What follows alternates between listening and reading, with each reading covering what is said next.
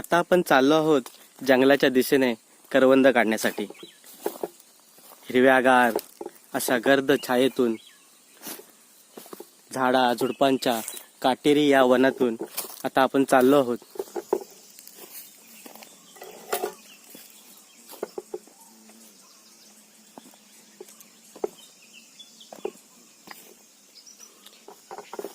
आपण पाहत आहात जंगलाची ही नागमोडी वळणे असलेली वाट असलेली घनदाट वृक्ष, एक वेगळ्याच छायेची अनुभूती आपल्याला पाहावयास मिळते। थंडगार अशा वाटणाऱ्या या गर्द झाडीत सूर्याची किरण सुद्धा ही झाडं थांबवून धरतात व आपल्याला अशी थंडगार वातावरणाच्या या सावलीत आपल्याला सामावून घेतात।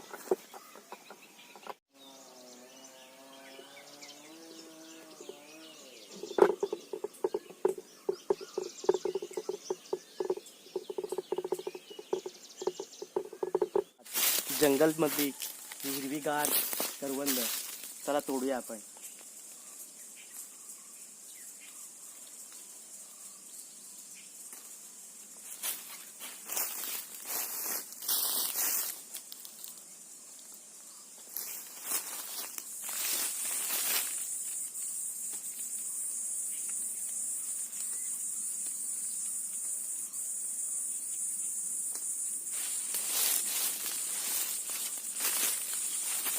निसर्गाने आपल्याला दिलेली ही देणगी, चला तर आपण चाखू आज।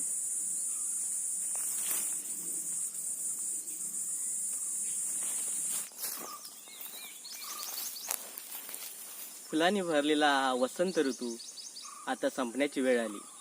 गुढीपाडव्याच्या शुभ मुहूर्तावर चैत्र महिन्याची सुरुवात झाली।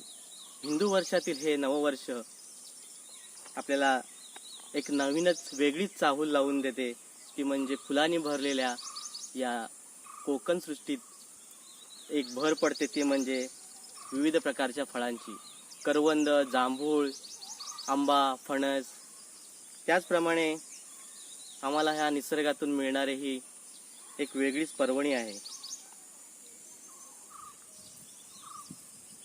थोडीशी आंबट असणारी ही करवंद एक वेगळाच आनंद मिळवून देतो।